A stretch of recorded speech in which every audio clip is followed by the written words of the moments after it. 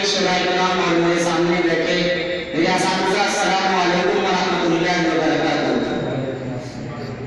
آپ نے میرے رسالت کے فرائض انجام دینے کا حکم دیا، اس کے لیے میں کہوں گا تم شہرتوں کے درمیان میرا نام لکھ دینا، جہاں دریا ملے دریاب میرا نام لکھ دینا۔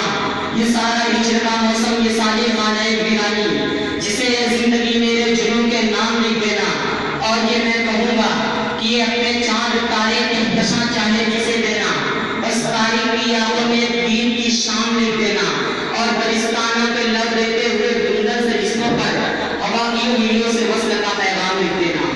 آئیے حضرات، ایک بات کی مجھے بڑی خوشی محسوس ہو رہی ہے کہ آج ہمارے بیچ ڈھیر ساری شخصیتیں کہکشاں کی شکل میں بیٹھی ہوئی ہیں۔ ہر ایک کا نام لینا تاریخ کے لیے دشواری کا باعث ہے، لیکن ان میں ایک تین بڑی بڑی شخصیتیں جن کا میں نام ضرور لوں گا۔ ان میں شخصیت سب سے پہلی ہے وہ حضرت جناب کلیم معروفی صاحب کی ہے۔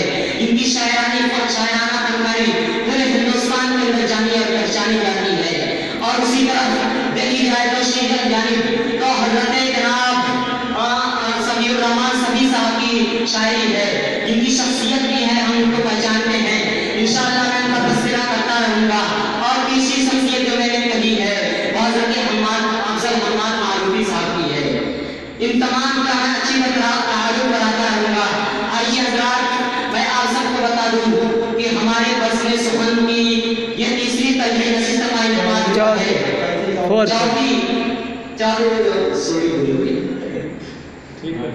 چوتھی تجویز نشست کا انعقاد ہوا ہے۔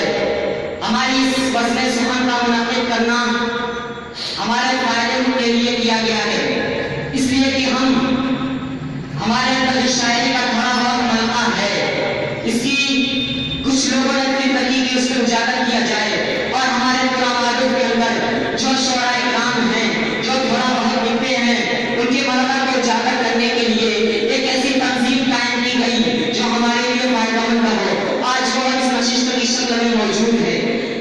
میں خدا کی قسم بتا سکتا ہوں آپ سب کو کہ میں شاعری کے اندر اپنی مہارت نہیں رکھتا تھا، لیکن جب سے اس بزم کا انعقاد ہوا میرے کلام صاف ہو گئے اور میں شعر اچھی طرح بہت کہنے لگا۔ پورے طور پر نہیں تو میرے اندر بہت سلیقہ آ گیا حضرات گرامی۔ میں زیادہ مختصر اپنی تنقید ہے میں اس کو بہت مختصر کرنا چاہتا ہوں، کیونکہ بہت زیادہ لیٹ ہو گئی ہے، دیر ہو گئی ہے۔ آئیے حضرات، میں چاہتا ہوں کہ سب سے پہلے میں ان ناموں کا تذکرہ کروں جس کے صدارت میں اس بزم کا انعقاد کیا گیا ہے۔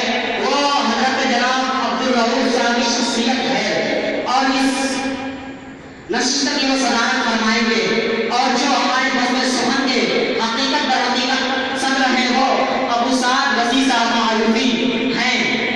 یہ تمام شخصیتیں ہیں اور سرپرستی کی شکل میں موجود، مولانا یہاں موجود نہیں ہے، مرحوم ہے، بمبئی کی سرزمین پر موجود ہے، ہمارے اساتذہ ہیں مولانا نصیب الدین نظیمی صاحب معروفی، جن کی شخصیت آپ سب پہچانتے ہوں گے۔